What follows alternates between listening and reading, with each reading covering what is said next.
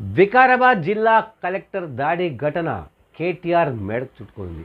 ఈ కేసులో కేటీఆర్ అరెస్ట్ కూడా కాబోతున్నారు. ఇప్పటికే ఈ ఫార్ములా రేస్ కేసులో కేటీఆర్ను విచారించేందుకు అనుమతించాలని కలెక్టర్ను రాష్ట్ర ప్రభుత్వం కోరడం జరిగింది. ఇప్పటికే 15 రోజులుగా వస్తుంది, అయినప్పటికీ ఇంకా అనుమతి రాలేదు. సో ఈ కేసులో, ఈ ఫార్ములా కేసులో 55 కోట్ల రూపాయలను ఒక నోటి మాటగా విదేశీ సంస్థ అప్పగించిన కేసులో ఆయన విచారిస్తామని చెప్పి ప్రభుత్వం చెప్పడం జరిగింది. సో ఈ కేసులో తను అరెస్ట్ చేస్తే చేసుకోవచ్చు, 3 నెలలు జైల్లో ఉంటా, యోగా చేస్తా, ఆ తర్వాత పాదయాత్ర చేస్తా అని చెప్పి కేటీఆర్ ప్రకటించడం జరిగింది. అంటే దీని అర్థం ఏంటి? ఖచ్చితంగా ఆ కేసుతో తను అరెస్ట్ చేస్తారు అనేది కేటీఆర్ కూడా డిసైడ్ అయ్యారు.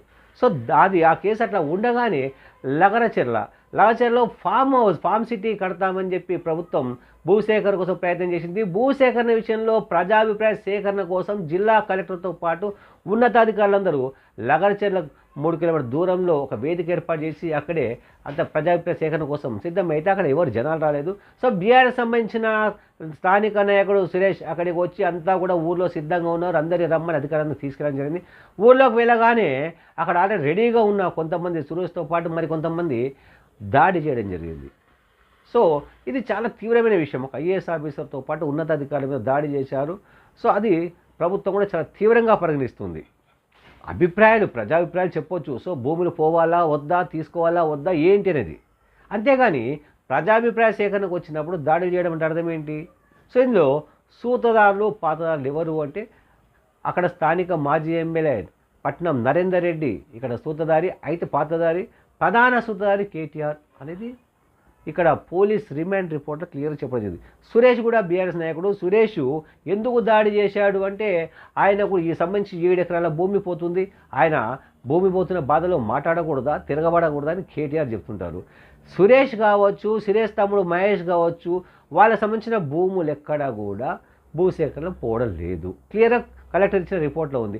అట్లాగే దాడిలో పార్టిసిపేట్ చేసి అరెస్ట్ అయిన 16 మంది కూడా, అంటే 16 మందిలో ఎవరికి కూడా భూసేకరణలో భూములు పోవడం. అంటే భూములు కోల్పోతున్న వారు ఆందోళన చేయొచ్చు, లేదా ప్రజాప్రతి సేకరణలో అధికారులను ప్రశ్నించవచ్చు. కానీ భూములు కోల్పోని వాళ్ళందరూ కూడా ఆందోళన చేయడం కాదు, దాడులు ఎందుకు చేశారు అనేది ఇక్కడ క్వశ్చన్.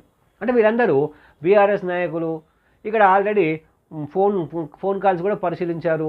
ఎవరితో మాట్లాడారు. సురేష్ నరేందర్ రెడ్డి మధ్యన ఎన్ని గంటలు మాట్లాడారు, నరేందర్ రెడ్డి కేటీఆర్తో ఎన్ని గంటలు మాట్లాడారు, సో ఏమేమి మాట్లాడారు అనేది కూడా పోలీస్ అధికారులు సేకరిస్తున్నారు.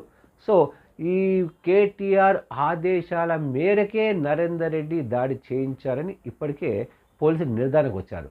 సో అదే జరిగితే ఖచ్చితంగా ఇది తీవ్రమైన ఇష్యూ కాబట్టి ఖచ్చితంగా విచారించే అవకాశం ఉంటుంది, అరెస్ట్ చేసే అవకాశం. అంటే ముందు ఈ ఫార్ములా రేస్ కథ పక్కన పెడితే ఈ కేసులో అరెస్ట్, ఇది చాలా సీరియస్ కేసు. అది కేవలం డబ్బు విషయం, ఒక 55 కోట్ల విషయం. ఇది ఒక ఐఏఎస్తో పాటు ప్రభుత్వాన్ని, అంటే ప్రభుత్వం మీదనే దాడి చేసినట్టు, ఐఏఎస్ మీద దాడి చేయడం అంటే. కాబట్టి ఇది చాలా తీవ్రంగా పరిగణిస్తారు. ఈ కేసు కూడా మనకు ఎక్కువ అంటే 3 నుంచి 7 ఏళ్ల పాటు కూడా జైలు శిక్ష పడే అవకాశాలు ఉంటాయి అనేది న్యాయవాదుల సూచన. కాబట్టి ఈ కేసులో మరి ఏం జరుగుతుంది అనేది అందరూ కూడా భయం ఉంది, అంటే బీఆర్ఎస్ నాయకులకు. కానీ రేపో మాపో ఈ వివరాలన్నీ బయటికి వస్తాయి. ఖచ్చితంగా కేటీఆర్ని విచారిస్తారు. ఆ విచారించిన తర్వాత అరెస్ట్ కూడా చేసే అవకాశాలు ఉంటాయి.